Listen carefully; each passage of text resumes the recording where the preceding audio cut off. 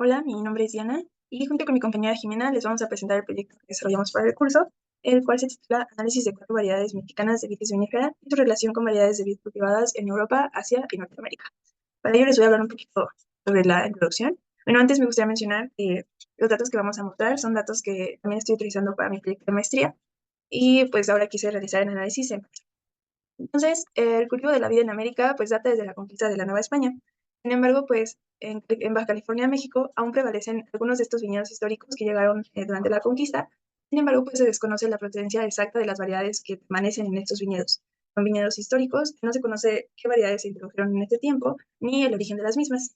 Entonces, a fin de dilucidar el origen de las variedades introducidas durante la conquista, pues en ese trabajo se recopilaron los datos de cuatro muestras colectadas de viñedos históricos de Baja California, así como datos de variedades de vid cultivadas en Europa, en Asia, en Norteamérica, y justamente lo que deseamos es comparar las secuencias de genoma completo entre las variedades de México y las variedades del panel de datos para evaluar su estructura poblacional y determinar si las muestras históricas de México pues muestran menor variación o se parecen a alguno de los grupos que estamos manejando en el conjunto de datos, ya sean a las europeas, a las asiáticas o a las de Norteamérica. Entonces, la importancia de esto radica en que es importante mantener el acervo genético de estas variedades, pues en esto se podría encontrar características importantes para la adaptación, ya que estas variedades históricas han permanecido durante mucho tiempo y además han mostrado tener buen rendimiento en comparación con las variedades actuales comerciales.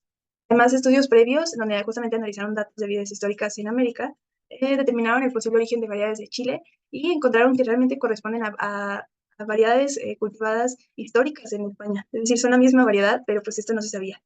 También otros estudios donde analizaron datos y vieron la estructura poblacional entre variedades silvestres y domesticadas, pues vieron que había como una descendencia de estas variedades, ¿no? De las silvestres. Entonces, justamente el análisis de datos ha permitido ver esta similitud y determinar el posible origen de variedades anteriormente. Ahora lo que queremos hacer es hacerlas con las muestras mexicanas. Entonces, el problema que tenemos aquí es determinar bueno, el problema que tenemos es que desconocemos el origen de las muestras mexicanas, si viene de países de Europa, de Asia, o si se mezclaron con variedades en Norteamérica. Son variedades que se encontraron en Baja California y realmente no se sabe de dónde vienen.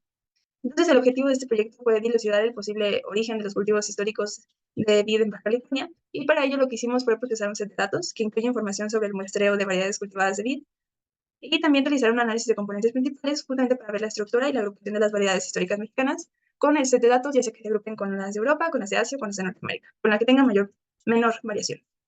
Entonces, el conjunto, hablando un poco sobre el conjunto de datos que vamos a utilizar, se recuperaron los datos públicos del trabajo del IAN y colaboradores. Estos datos pues contienen información sobre 120 variedades de vid europeas, asiáticas y de Norteamérica. Y para el caso del análisis de componentes principales, los datos de secuenciación pues fueron previamente procesados por un software que se llama Ping, ya que son secuencias de genoma completo, y si yo hacía esa parte aquí en Python, pues iba a ser un trabajo muy extenso, porque son arriba de 1 millón de sitios y son 220 muestras, entonces estandarizar esa parte iba a ser complicado, y el software Ping pues ya me lo hacía en automático. Así que lo quiero mencionar que este software, al igual que como vimos en clase, primero estandariza, luego construye la matriz de covarianza y a partir de esta pues obtiene descomponen vectores para hacer la gráfica de componentes principales. Buenas tardes, mi nombre es Jimena Murillo y yo también pues estoy participando en este proyecto sobre el análisis de varios tipos de uva, como explicó mi compañera en la introducción. Entonces, para el procesamiento de datos, iniciando, lo que hicimos fue básicamente escoger primero sobre las columnas que íbamos a necesitar, que eso es lo que se está haciendo en esta parte que está acá, y luego realizó mi compañera, ¿verdad? Entonces simplemente indicamos cuáles columnas son las que nos interesa tomar en cuenta para el análisis y luego se seleccionan solo esas columnas y se guarda el data frame solo con esas columnas. Luego, aquí entré yo como a también agregar como algunos cambios en el data frame que estamos utilizando porque teníamos dos fuentes de datos o dos data frames distintos. Entonces teníamos que hacer ciertas uniones para poder trabajar como con un solo set de datos más fácilmente. Entonces, aquí lo que teníamos que hacer, ¿verdad? Era, dependiendo del valor de la columna sample name, teníamos que agregar una nueva columna que indique el uso de la uva. Entonces, yo aquí lo que hice fue, bueno, hacerlo con un loop de for y hacer una condición. Entonces, indiqué la condición de que se cumpliera el ID con el sample name, ¿verdad? Porque en ambos sitios tienen nombres distintos. Y luego, la idea era que si este valor era, no se lograba encontrar, entonces que indicara que el uso de esa uva era desconocido, unknown en inglés.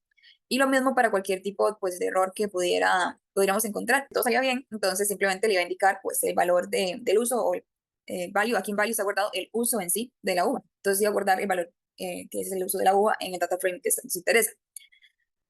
Consecuentemente, teníamos que eliminar las filas donde la columna de país o de country en inglés está, diga, uncalculated, ¿verdad? Que significa que pues, básicamente no se indicó o no se tiene información sobre de dónde viene esa uva. Cuando hice una condición de que los valores del país fueran sin calcular y eliminé todos los valores del data frame, guardé un nuevo data frame, ¿verdad? Sin los valores que no están calculados para el país. Por último, busqué si había algunos valores faltantes. Aquí teníamos 4 valores faltantes en biosample y los eliminamos. Y luego, bueno, aquí entra mi compañera con la parte de procesamiento de datos para el PCA.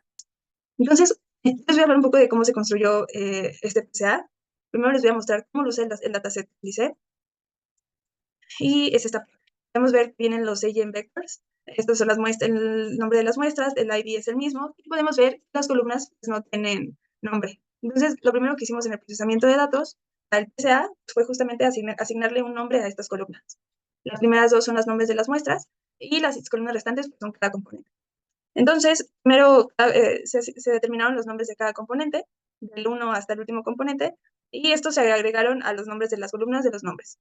Son el nombre de las muestras y después el nombre de los componentes, y el nombre de las columnas pues, quedó de esta forma. Posteriormente, se pegaron de los otros datasets con los que estamos trabajando, se pegó información sobre el país de procedencia y sobre el uso que se les da a las muestras que estamos trabajando. Esto pues para poder agruparlo en el PCA. Entonces aquí pegamos los países de procedencia de cada muestra y aquí el uso de cada muestra. Y dependiendo del país de donde procede, también se agruparon por regiones y estas regiones se colocaron en una nueva columna. Por ejemplo, si vienen de Japón, de Corea, de China, pues se agrupan en Asia Oriental y es lo que se coloca en la nueva columna con esta función. Entonces, justamente aquí podemos ver cómo luce el resultado de esta parte. Y podemos ver que también hay celdas que no tienen información, porque no se le puso a ninguna región que no había información sobre el país. Entonces, para evitar ruido y esa parte, vamos a eliminar esas celdas, esas filas. Justamente en esta parte se eliminaron las filas que no tienen información sobre la región. Y finalmente, se eliminó también un nombre una columna del nombre de las muestras, porque estaban repetidas. Otro análisis que quisimos realizar fue este de los caminos. Vamos realmente crear nuevos clústeres o crear nuevos grupos en sí, que tal vez nos podrían decir como si realmente son muy diferentes genéticamente o no, o por lo menos darnos como una pequeña indicación general o idea general de cómo se están comportando. Entonces, aquí lo que hice fue, bueno, lo primero que hice fue ver cuántos clústeres queríamos crear. Entonces, yo utilicé los datos del PCA que vemos que generó la compañera para poder hacer esa parte del análisis y tomar en cuenta esa variabilidad genética o esos datos genéticos para poder hacer grupos. Lo que hice fue esto que habíamos visto en la clase, que es crear un loop de for para calcular los caminos, los clusters y ver y medir lo que es la distorsión de los clusters. Entonces, esto es lo que luego generé el plot para determinar cuántos clusters queremos hacer. Entonces, aquí lo que se decidió fue tomar en cuenta este gráfico del codo. Entonces, tomamos en cuenta 6 clusters, ya que es como donde tal vez comienza a frenar un poco la baja de la distorsión. Bueno, una vez que hicimos esto ya quedó preparado y luego vamos a ver entonces los resultados. Los primeros resultados que quisimos crear fueron resultados meramente descriptivos de nuestro set de datos. Entonces, estos resultados iniciales son gráficos de barras de frecuencias. Entonces, el primero que vemos acá es un gráfico de barras de la frecuencia de los usos de las uvas. Entonces podemos ver que tenemos que la mayoría de variedades de uvas que estamos analizando son uvas de mesa, uvas, digamos, para comer, comunes y corrientes. La segunda gran grupo según el uso son uvas que son para la creación de vinos. Y luego tenemos un grupo que no es conocido, es desconocido el uso que se le da, o no está registrado por lo menos. Y por último tenemos un grupo pequeñito con la función de que sobre uvas comestibles y también rootstock. Ahora, también quise representar el origen de las uvas que estábamos analizando. Entonces, aquí tengo también un gráfico de barras de frecuencias para lo que son el origen de las uvas, como venía indicado por las agrupaciones que creó la compañera para los diferentes como grandes regiones. Entonces, Asia Oriental, Europa Occidental, Europa Central, Norteamérica, Sudamérica y África. Y vemos que la gran mayoría de las uvas que tenemos son de Asia. Y luego ya Europa seguiría como la siguiente categoría más grande con estos dos. Bien, también quisimos representar, además de un gráfico de barras, que queríamos aprovechar, ¿verdad? Lo que nos habían mostrado de representaciones de gráficos de mapas. Entonces, por eso quisimos representar esta misma como información, pero más solo por continente en general, de lo que son las uvas que estábamos utilizando. Y quise ver, pues, la frecuencia bueno, guardé en una variable la frecuencia de la cantidad de variedades de uvas según el país. Una vez que hice esto, entonces pasé a esta segunda parte para crear el mapa. Entonces hice un nuevo data frame que se llama data, donde country o verdad es el país con los índices o con los nombres de los países. Y frequency es la cantidad de uvas que hay en cada país. Una vez que hice esto, creé también otro data frame que viene ya en la librería de GeoPandas, guardado, que es un data frame que incluye como toda la información necesaria para crear un mapa. Entonces ahí lo creé, se llama World, y luego lo que hice fue unir los dos. Entonces uní el mundial con el de que teníamos nosotros, de la información que teníamos, y lo uní a través del nombre del país. Lo que pasa es que no tenemos tantos países, ¿verdad? Por continente, en general no tenemos tantos países, entonces lo que estábamos pensando era representarlo por continente y no por país. Entonces, para esto lo que hice fue crear una nueva frecuencia, haciendo un group by, ¿verdad? Y guardando todo con todas las frecuencias, como sumándolas por continente y no por país. Entonces ahí quedaron las frecuencias, digamos, continentales. Una vez que tuve las frecuencias continentales, bueno, aquí creé primero la base del gráfico y luego al data frame de world le agregamos ahora sí las frecuencias continentales. Y ya una vez hicimos esto, solo le añadimos como algunas etiquetas al gráfico, ¿verdad? El título, etiquetas de esta barrita, etiquetas general, y creamos el gráfico. Entonces nos quedó eso. Entonces aquí esto es Europa, ¿verdad? Tenemos Europa que tiene valores intermedios de frecuencia, es decir, que no tiene la frecuencia la más alta es la que se presenta en Asia. Y luego tenemos aquí Norteamérica, que es representada más que todo por cosas que están en Estados Unidos. Y en Brasil, en realidad sí tenemos, pero tenemos solo una. Entonces por eso es que tiene un valor sumamente claro, ¿verdad? Y en África también, solo hay una variedad de África, entonces queda un valor muy clarito. Y ahora sí pasamos con mi compañera a ver lo que es los resultados del análisis de componentes principales. Así es como lucen los resultados. Primero se hizo el PCA agrupando por regiones. Aquí podemos ver que pues realmente no hay mucha variación en los datos porque todas son variedades cultivadas. Sin embargo, es posible ver cómo se distinguen las regiones. Por ejemplo, aquí se muestran agrupadas las de Europa Occidental, las de Asia, las de Norteamérica están muy cerca de las de Asia porque son variedades muy antiguas. Entonces, viendo diferentes componentes, aquí podemos ver que las de México, que están en color morado, se agrupan justamente con las de Europa Occidental. Esto tiene un poco de sentido porque sabemos que fueron los españoles los que conquistaron la Nueva España y fueron los que trajeron sus variedades de vid. Entonces, tiene sentido que las variedades que están históricas en Baja California, México, correspondan a variedades de Europa Occidental, que sería España, ¿no? También se vio el PCA para el uso dependiendo del uso que tienen las muestras. Y, por ejemplo, aquí es muy evidente cómo se distinguen entre las variedades que se utilizan para uva de vino y las que son para uva de mesa. En esta parte, en color amarillo, las de uva de mesa y luego las de uva para vino.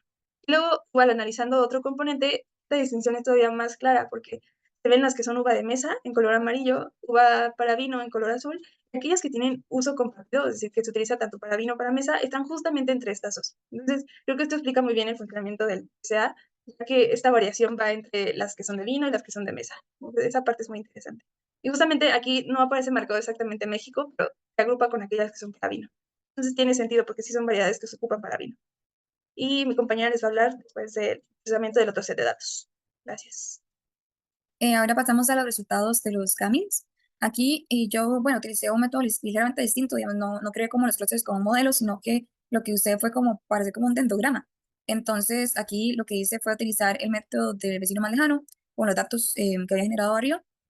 Em, Puse una cantidad de clústeres de 6, como había indicado anteriormente, y luego con estos datos o estas distancias creé los clústeres con esta función de f-cluster. Y bueno, el máximo de clústeres entonces serían 6.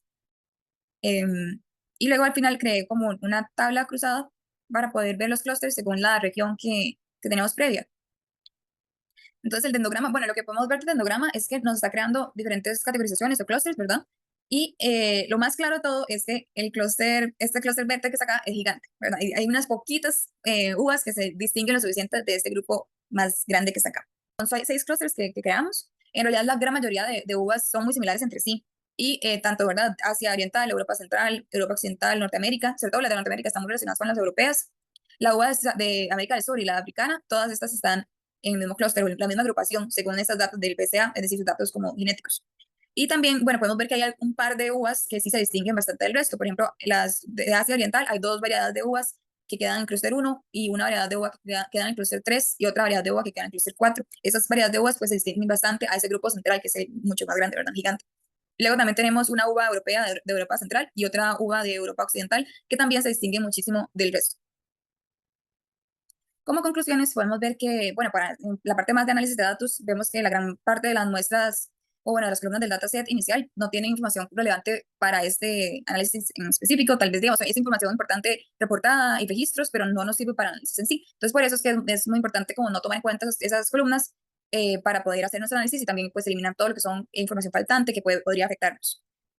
Luego, el conjunto de datos utilizado, ¿verdad?, proporciona información relevante para inferir el origen de las muestras de vid históricas en México. Y como se observa en análisis de componentes principales, las muestras mexicanas están más cerca de las que son de Europa Occidental, como era de esperarse.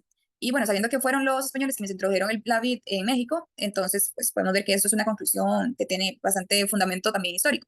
Sin embargo, hay también mucha similitud con las variedades de Asia y Europa Oriental, ¿verdad? Pues el tiempo de divergencia no es tan grande, entonces la variación no es tan notoria. Bueno, el PSA también agrupa a las muestras por su uso y permite también observar la diferencia entre aquellas que se usan como uva de mesa o para comer común y corrientemente y como uva de vino. Entonces ahí sí se ve un poco más las diferencias. Y podemos observar que las vidas mexicanas históricas se agrupan mayormente con las uvas para vino, ¿verdad? No existe evidencia de mezcla con cultivos de uva para mesa. Y por último, tomando lo que es el análisis de Camins, también podemos como reforzar lo que vimos en la conclusión, la segunda conclusión que mencioné, ¿verdad? Que trabajó mi compañera, porque podemos observar que la mayoría de las uvas en realidad sí son muy similares entre sí, genéticamente están agrupadas casi todas en el mismo punto, no hay tantas que se separen del resto, es decir, son muy similares genéticamente, no hay tanta divergencia. Y bueno, muchísimas gracias por escuchar nuestra presentación, espero que les haya gustado y que hayan aprendido un poco del tema y nos vemos. Hasta luego. Muchas gracias.